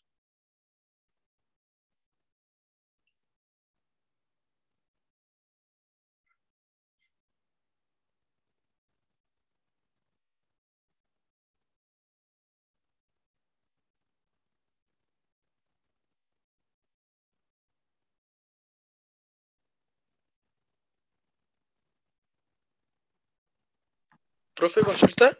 Dígame, por favor. Refiriéndome, si no me equivoco, a la tercera falange, esos bordes irregulares que creo que son los surcos paracunianos, si no me equivoco. Esos bordes irregulares, ¿sí? O sea, mal bordecito del medio que no sé cómo decírselo. ¿Eso mismo? ¿Sí? ¿Eso no es una problemática? No, doctor, eso es superposición de la ranilla. Están los surcos paracunianos, y entre medio de los surcos paracunianos hay una estructura que es la ranilla, que es parte del casco, suele generar esa imagen. Ah, yo pensé que era como por desgaste. No, ahora ojo, esta yegua, la amanecida, era una paciente mía, tenía antecedentes de problemas de síndrome navicular, ¿ya? Pero no, esa irregularidad que ves ahí, doctor, que bueno, ojo en todo caso ver esos detalles, muy bien, de eso se trata esto, ver detalles, es un tema de la ranilla, ¿ya? Ahora, si el caso clínico te apuntara un problema de tercera falange, después de esta imagen tú tendrías que rellenar todo con plasticina y repetir la imagen, e idealmente también sacar la herradura, ¿ya? Ahora, esta fue una radiografía de emergencia que ni siquiera la pude tomar yo estaba en otro lado, esto fue 18 de enero del 2020, la yegua estaba en la mitad de la competencia y de repente el jinete sintió un ruido así pero horrible, describe que le dio un escalofrío, se bajó, la yegua no apoyaba la mano, por ningún motivo, fue un colega a sacar la radiografía y nos encontramos con esto. ¿Alguien me va a preguntar algo por ahí? Yo, no sé, tengo re mala señal, realmente no lo escucho. ¿Me escucho usted, ¿Ya? no? Yo te estoy ahora te estoy escuchando, sin problema. Me quedó en duda, profe, ¿por qué de la fractura que es tipo 3, ¿por qué me dice que es tipo 4? ¿Me puede explicar? Doctor, repíteme, justo cuando te dije que te escuchaba bien, te empecé a escuchar mal. Me dice que era una fractura tipo 4 y no tipo 3 en esta imagen.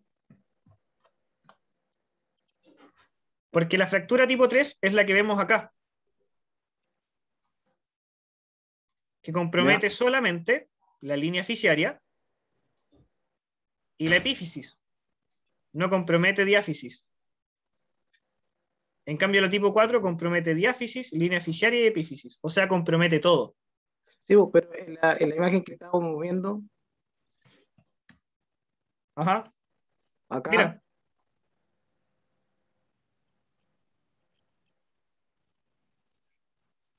ahí te estoy dibujando la línea de fractura, que compromete todo. ya. Ya yo pensé que tenía que tomar, para que sea tipo 4 tenía que tomar con la primera falange. Ese era mi duda. No, porque ahí estaría evaluando una fractura en otro hueso, pues. Ya. Si tuviese una fractura en la primera falange, dibujémosla con celeste. Por Ahí está, ejemplo, una fractura ahí ya tendréis dos fracturas que tendréis que clasificar cada una por sí sola, por doctor. yo pensé que tenía que ser las dos en la misma zona. Claro. No, es que claro, son dos mismos, las fracturas se clasifican por cada línea de fractura corresponde a un hueso por separado, porque por ejemplo en ese caso ya serían dos fracturas. Ya, profe. Esa era mi duda. Claro, ahora por ejemplo, estas dos líneas de fractura que tienes acá y acá, podríais categorizarlas como tipo 3. ¿Te fijáis? Sí, Ahí ya, sí. profe. Vale, gracias.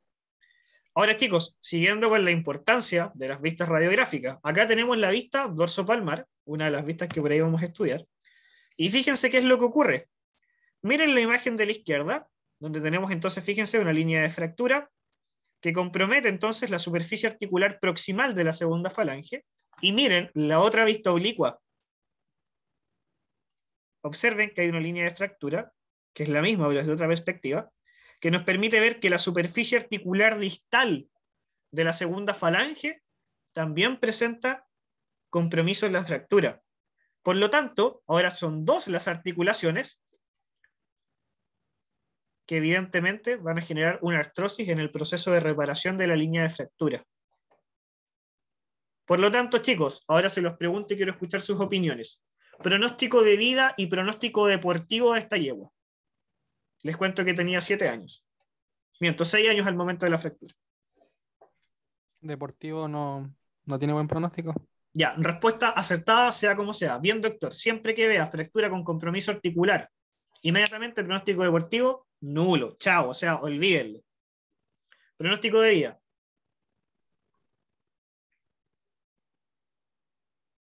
Consideren que acá hay presupuesto, o sea, aquí hay recursos.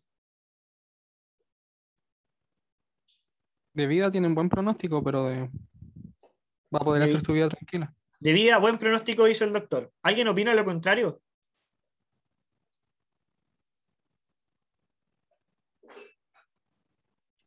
Yo creo que si se genera después una artrosis va a estar sufriendo el animal. Sí, Yo creo ahora que- doctor, ojo, las artrosis, bueno, lo comentaremos en la clase. Las artrosis, doctor, desde el punto de vista deportivo son terribles, pero desde el punto de vista, digamos, de la calidad de vida no lo son. Ya, la verdad es que las artrosis con cuidados súper básicos como un herraje ortopédico y medicaciones intraarticulares, la verdad es que andan súper bien. O de repente generar procesos de anquilosis a nivel intraarticular favorecen mucho, digamos, el estilo de vida. ¿Ya? Así que ojo con eso. De hecho, les cuento, este caso de la manecilla fue, tal como sale acá, en el 2020, se podría dejar como reproductor. Exactamente, doctora. Para carrera, ¿cierto? Claramente no. Por eso, como muy bien dijo el doctor por ahí, pronóstico deportivo 0. Reproducción es una opción. De hecho, la manecilla, digamos, esto fue en el 18 de enero del 2020. Nosotros optamos por un manejo conservador, donde hicimos una férula con una presión superior, digamos, en el aspecto lateral de la segunda falange, y la recuperación de la manecilla fue súper buena. La manecilla hoy día está en un potrero, digamos, afuera del patio de la casa de Andrés, su dueño. La yegua incluso intermitentemente galopa y trota en el potrero, cuando le da, digamos, ganas, ¿ya? La yegua hoy día está preñada, y digamos, desde el punto de vista de su vida, la yegua se ve súper bien, o sea, no es una yegua que anda arrastrando la mano ni cojeando. Claramente en la región de la corona se ve un aumento de volumen considerable, ¿ya? Y la yegua, digamos, lo único que mantiene es una herradura full rolling y administración de pentosan 2 veces por año, y la yegua vive súper bien. Entonces, chicos, se fijan, no siempre el pronóstico de vida tiene que ser el mismo que el pronóstico deportivo. Doctor, por favor. Y para temas de carga, o sea, para transporte, ¿se podría seguir utilizando al menos en este caso, el de la manecilla? No creo, no, doctor, no. Yo creo que, ¿por qué? Porque la yegua, digamos, se maneja en las velocidades, la presión, intermitencia. Yo no la recomendaría someter a ningún tipo de exigencia.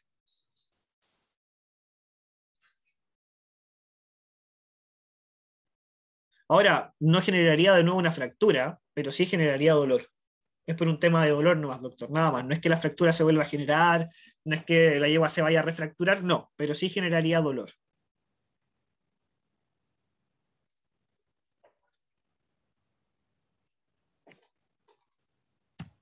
¿Qué opinan de esa fractura?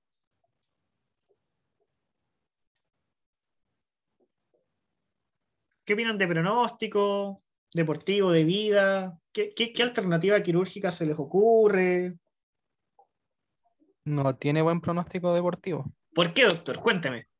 porque está comprometido la articulación. ¿Me podríais dibujar dónde? A ver, déjeme buscar el lápiz. Por favor, No, vaya acostumbrándose, doctor, mire que después va a ser la dinámica de la clase. ¿Dónde estaba el lápiz? No lo veo. En el panel, doctor. Yo lo tengo en inglés, dice annotate. Eh, No sé por qué lo tengo en inglés.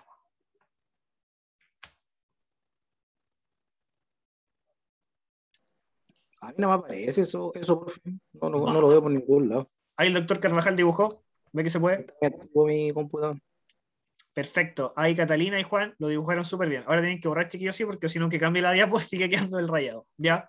Entonces, doctor, usted, doctor, lo ha entendido todo. Lo ha entendido todo. Perfecto. Fractura compromete la articulación. Ya, pronóstico deportivo, adiós, malo. Bien, doctor. Lo has entendido todo. Buenísimo.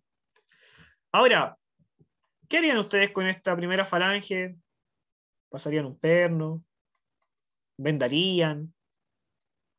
¿Una férula? ¿Un yeso? ¿Qué harían?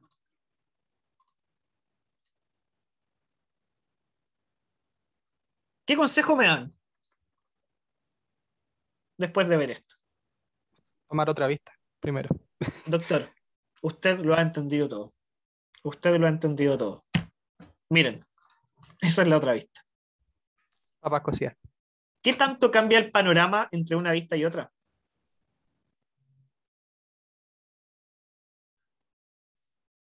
Cambia bastante. Como dice Catalina, terrible. O sea, nada que hacer. ¿Por qué? Porque de partida son tantos los fragmentos que existen fragmentos que se hace imposible estabilizar. Por ejemplo, de partida en la vista anterior podríamos haber dicho, mira, pasemos algo de manera lateral acá que dé soporte a esta línea de fractura, ¿cierto? Y anda, todo bien.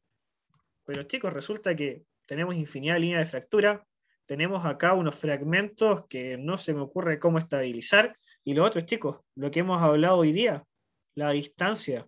O sea, ¿qué opción tenemos acá que exista un callo óseo? Claramente nula.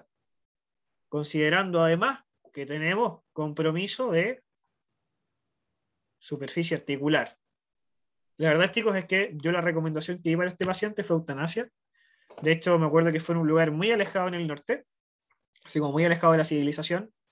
Recuerdo incluso le mandé las placas a David, que era, digamos, es, digamos, al que le digo, digamos, las cirugías, y me dijo así como viejo, nada que hacer, nada que hacer, o sea, de hecho, se rascó la cabeza un buen rato y fue como, nada que hacer. La verdad es que quedamos todos igual que ese gato, no está a propósito ese gato ahí, porque la verdad, chicos, acá, nada que hacer. Ya, doctor, lo entendiste todo, o sea, no ocupar una sola vista, se compromete superficie articular, pronóstico deportivo malo. Doctor, hasta el día de hoy tenía el ramo aprobado. Te lo doy firmado. Lo entendiste todo. ¿Profe, consulta? Por favor, dígame. Por ejemplo, ese tipo de fractura tan grave que se ve, ¿eso es por un mal manejo, por un malo entrenamiento o algo así? Doctor, mira, porque no se ve como una fractura, entre comillas, tan fina o tan con bordes más regulares, que se podría decir. Claro. Mira, doctor, sabéis que la verdad es que hace un par de años atrás te habría respondido distinto a hoy. Hoy día lo único que te puedo decir es, no sé, sabéis que hay cosas tan extrañas. De repente tenéis casos de caballos que se fracturan de, no sé, de situaciones cotidianas. De repente tenéis fracturas en caballos con entrenamiento completo, con, digamos, buen manejo. La verdad es que yo hoy día, con todo lo que me ha tocado ver, doctor, no me atrevo a hacerte, digamos, un caso, una generalización. El caso de este caballo era un caballo que sí, digamos, podríamos pensar que fue por un tema terreno. Era un caballo que estaba galopando en el cerro. Entonces, un terreno duro, un terreno, digamos, con pendiente, alta velocidad. Entonces, es un terreno como para que ocurran este tipo de cosas. Pero, por ejemplo, doctor, el caso de la amanecida, que es una fractura feísima, ocurrió en una yegua que estaba, digamos, en una cancha blanda, en una muy buena cancha para el trabajo. Una yegua que venía, digamos, con toda una preparación física y nutricional adecuada para, y la yegua al principio de la competencia, ¿cachai? Presenta esta fractura. Entonces, claro, en este caso, digamos, era un poco esperable, un poco, pero hay algunas instancias, doctor, que de repente uno no se explica cómo ocurre la fractura. A veces, digamos, es parte importante el entender causas, buscar culpables, porque ayudan a la prevención, pero lamentablemente, doctor, esas respuestas no siempre están.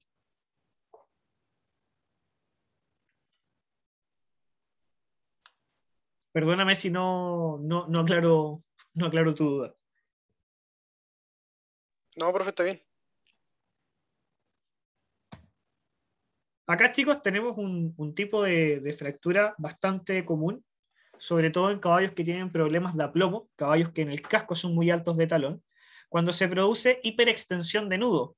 Ya lo veremos en la clase nudo correspondiente, que en los casos de hiperextensión, este borde del metacarpo choca con el aspecto o la zona de la eminencia dorsal de la primera falange, y al chocar se producen líneas de fractura en este punto, que su pronóstico de qué va a depender de lo que hemos hablado toda la clase. Si es que compromete o no la superficie articular. Esta fractura, esta en particular, es de muy buen pronóstico porque no compromete la superficie articular. Por lo tanto, es de buen pronóstico. Sin embargo, ¿cuál es la que no es de buen pronóstico? La que tenemos acá. ¿Vieron ese pequeño cachito que está ahí?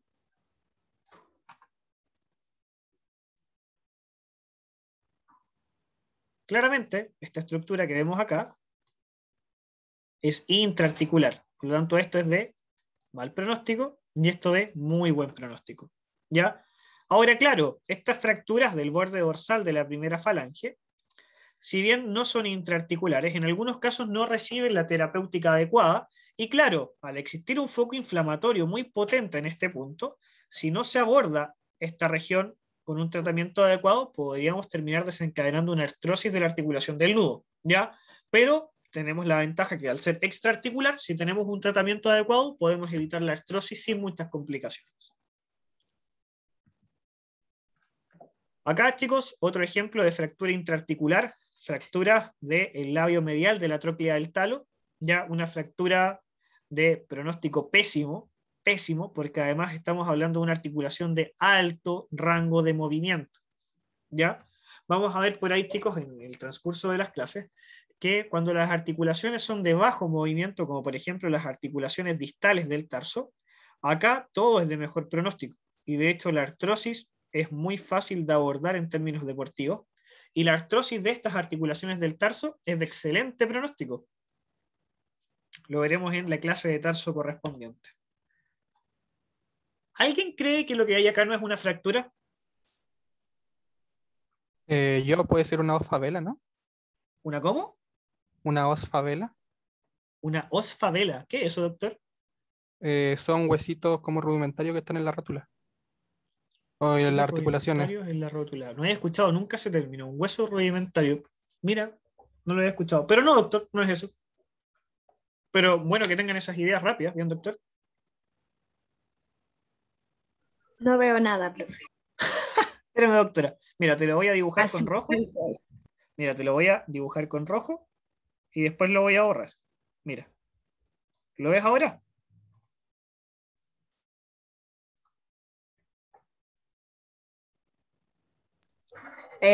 Sí, quizás. Quizás. Rayos. Ya, cuesta verlo en todo caso, es un fragmento muy tenue, ya explicaremos por qué. ¿A alguien se le ocurre que sea algo distinto a una fractura? El doctor se tiró una idea así súper heavy. Un huesito rudimentario interarticular. ¡Wow!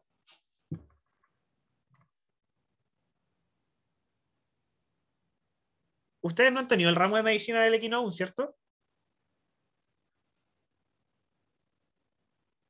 Estamos en eso. Sí, en este semestre empezamos con Con medicina de medicina. animales Perfecto. mayores. ¿Qué les hace medicina de equinos?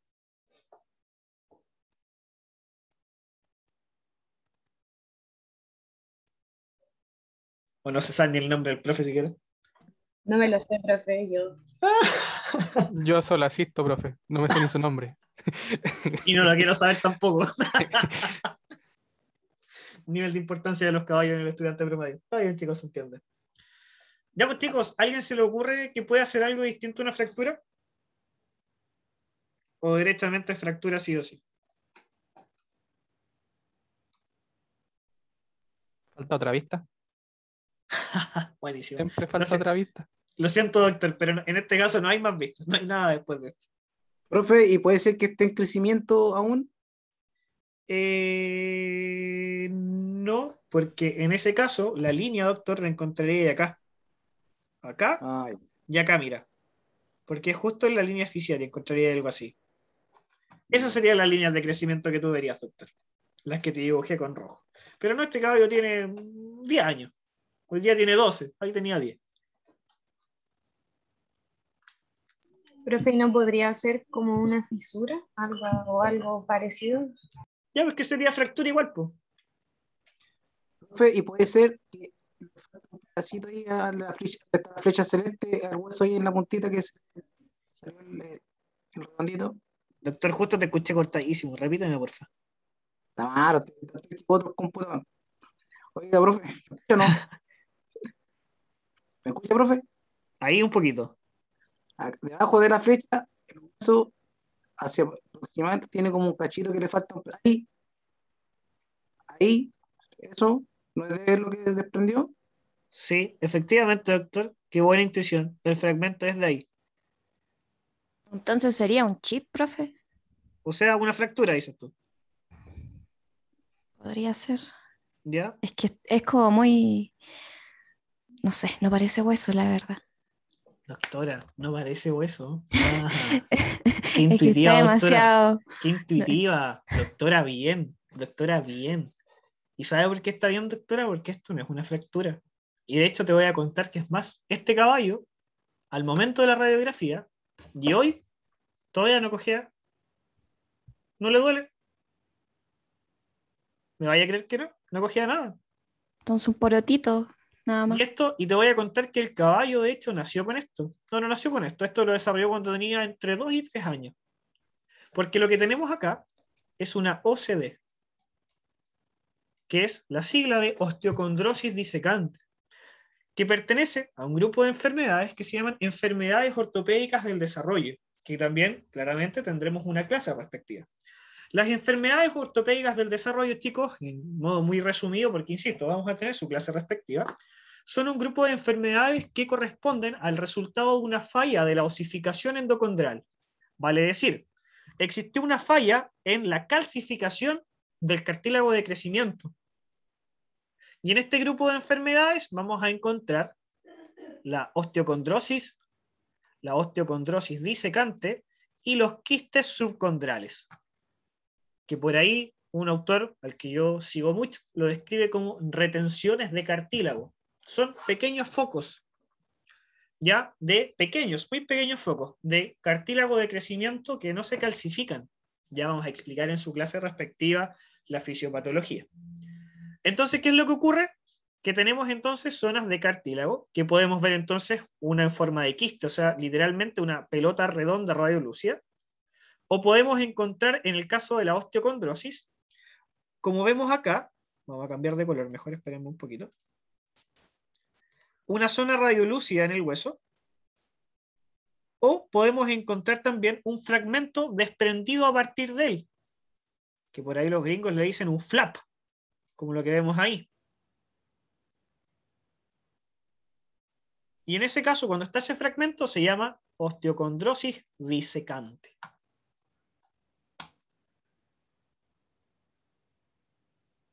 ¿Qué destacamos con eso? 1, el ser cuidadosos al analizar un fragmento.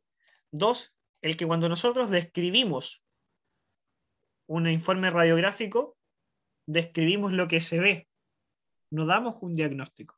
Podemos al final dar un comentario y presumir un diagnóstico, pero no podemos dar un diagnóstico. Porque si solo miramos esta imagen, podríamos decir, hay un fragmento, fractura. Pero resulta que también tenemos que describir que acá, como muy bien dijo el doctor por ahí, hay un fragmento, o sea, una zona radiolúcida, que es el origen de este fragmento. Y claramente, un hueso como respuesta a una fractura nunca va a presentar una disminución de la radiopacidad. Por el contrario, o se mantiene o aumenta. Pero como respuesta a una fractura, no vamos a tener una disminución de la radiopacidad. Para que el hueso pierda radiopacidad tendrían que ver algunas enfermedades que son comunes en caninos o, como se ve por ejemplo en algunas situaciones, en algunos huesos del tarso, presentaciones de edema óseo, que veremos en su clase respectiva. Pero esto, chicos, les cuento que no es una fractura. ¿Ya? Ahora cálmense, vamos a tener una clase respectiva de enfermedades ortopédicas del desarrollo, las vamos a ver clase a clase, así que cálmense con eso. Chicos, ¿dudas, consultas, preguntas, reclamos? ¿Impresiones de la clase? Coméntenme, por favor.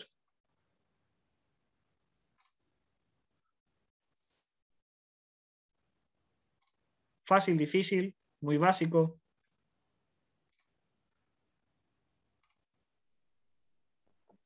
Entretenida la clase, profe. Está bien por mi parte, profe.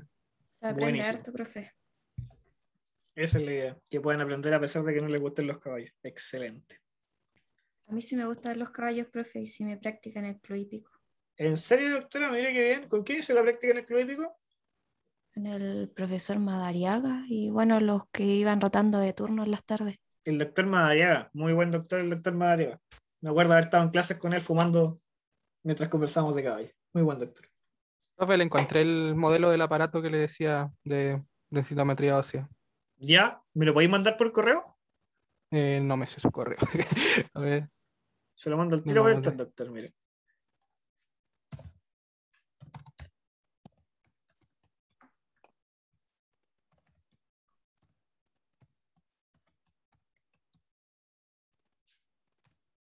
Ahí va.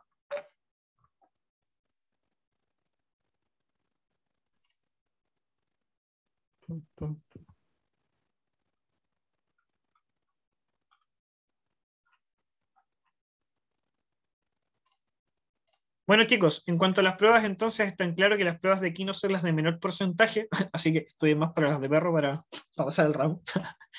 De momento no tengo fechas predeterminadas, así que no les puedo comentar nada al respecto. Ya la próxima clase comenzamos a abordar sectores topográficos de manera independiente, estudiando su visualización normal y también casos clínicos para abordar distintas patologías y cómo se deberían ver. Ya para la próxima clase vamos a comenzar con tercera falange y probablemente iniciemos también con problemáticas asociadas al hueso sesamoide distal, o también conocido entonces como hueso navicular. Entonces, chicos, si no hay más comentarios, reclamos, avisos de utilidad pública que quieran hacer, con esto terminamos nuestra clase.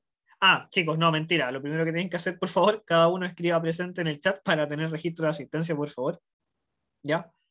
Y bueno, chicos, con eso terminaríamos nuestra clase. Un abrazo para todos, que tengan muy buen fin de semana y nos vemos entonces el próximo viernes a las 3:30. Que estén súper bien. Chao, chao. Chao, profe.